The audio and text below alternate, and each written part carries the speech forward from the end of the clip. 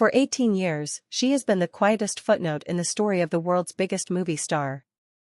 A shadow in the background of tabloid covers. A face the world watched grow up from behind a blur of camera flashes and legal barriers. But silence, as it turns out, is never empty. It is just waiting. And now, at 19 years old, the daughter of Tom Cruise has finally decided to fill that silence. She hasn't given an interview. She hasn't shouted from a rooftop. She has done something far more powerful.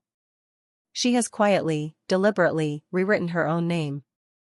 And in doing so, she has told the world a truth that is far sadder, far heavier, and far more human than anyone expected. This is the story of Suri Noel and the moment she stopped waiting for her father. To understand what just happened, we have to go back to the beginning. Not to the action hero, but to the little girl in the designer dresses. Suri Cruise was born on April 18, 2006. Her arrival wasn't just a birth, it was a global event. Tom Cruise called her the miracle child. For the first 5 years of her life, she lived inside a bubble of impossible privilege. Private jets. Gated estates in Beverly Hills. Paparazzi who followed her every step to the park. On paper, it was a fairy tale. But paper lies. Here is the detail the fairy tales leave out. Suri was born under the strict protocols of Scientology's silent birth doctrine, a practice where the mother is expected to remain silent to avoid psychologically harming the infant.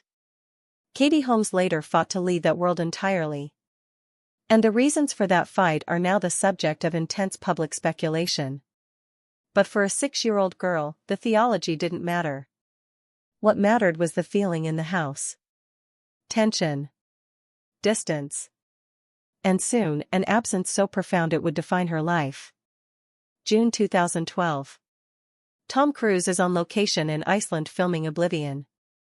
Katie Holmes is in New York, filing for divorce. But this wasn't a spontaneous breakup.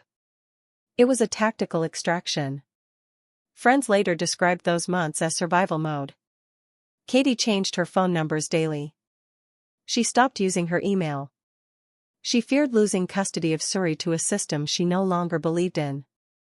When the divorce was finalized just 11 days later, a blink of an eye in legal terms, the agreement was simple. Katie got primary custody. Tom got visitation rights. And Suri got a one-way ticket to a life without her father. This is the truth that no legal document can capture. The visitation rights were never exercised. Court records and countless journalist investigations suggest that after 2013, Tom Cruise did not see his daughter. Not for birthdays. Not for holidays. Not for high school graduation. While the world watched him hang off the Burj Khalifa and fly fighter jets, Suri was learning to ride the subway in New York. While he accepted Lifetime Achievement Awards, she was sitting in a normal high school classroom, trying to ignore the whispers. Imagine that specific kind of grief. It isn't the grief of death, which brings finality. It's the grief of disappearance. For years, the tabloids speculated, did he call? Did he send cards? Did he secretly watch her from afar? The most honest answer, based on the public record and those close to the family, is no. The silence wasn't broken by an occasional letter. It was absolute. And as Suri grew older, that absolute silence became a language she learned to speak fluently. It said, "You are loved by the world, but not by me." The turning point happened in spring 2024. Suri was 18, finishing high school, and preparing for college. She performed in her school's production of The Addams Family. She was just a normal theater kid, except for the fact that the most famous actor on earth was genetically related to her. Then, in a move that shocked everyone, the high school graduation program listed her name. Not as Suri Cruise, but as Suri Noel. This was the truth she told the world. No press conference. No tell-all interview. Just a quiet, legal reclamation of identity. A few months later, she enrolled at Carnegie Mellon University in Pittsburgh, one of the top drama schools in the world. Her mother's middle name, Noel, became her anchor. The name Cruise simply vanished. It didn't disappear in a fit of rage. It evaporated like fog in the morning sun. Because Suri wasn't trying to hurt her father. She was simply trying to save herself. To be clear, this script makes no claim about private conversations or internal family dynamics. Those are known only to the people inside those rooms. But we are looking at the public footprint. And that footprint shows a man who has attended weddings in England, premieres in Tokyo, and Super Bowls in Los Angeles, but who has not been photographed with his youngest child in over a decade. Meanwhile, Katie Holmes has raised a daughter who appears remarkably grounded. No scandals. No reality TV deals. No public meltdowns. Just a young woman studying fashion and theater, carrying her own bags, and living a life of quiet dignity. The irony is tragic. Tom Cruise built his career on running toward danger. Stunts that would kill normal people. Helicopters. Cliff edges. Burning buildings. He is fearless in the face of death. But in the face of a daughter's graduation, a daughter's birthday, a daughter's simple need for a father, he ran the other way. And now, Suri has stopped looking back. She isn't waiting for an apology. She isn't holding a grudge in public. She is, by all accounts, simply moving on. There is a specific kind of heartbreak here that the world doesn't like to admit. We love redemption arcs. We want the phone call. We want the reunion at the college gates. But real life rarely gives us those moments. Real life gives us a 19-year-old who changed her name because she realized that waiting for someone who won't show up is a form of self-harm. She has told the world the truth. And the truth is this: you can love someone. You can be related to someone.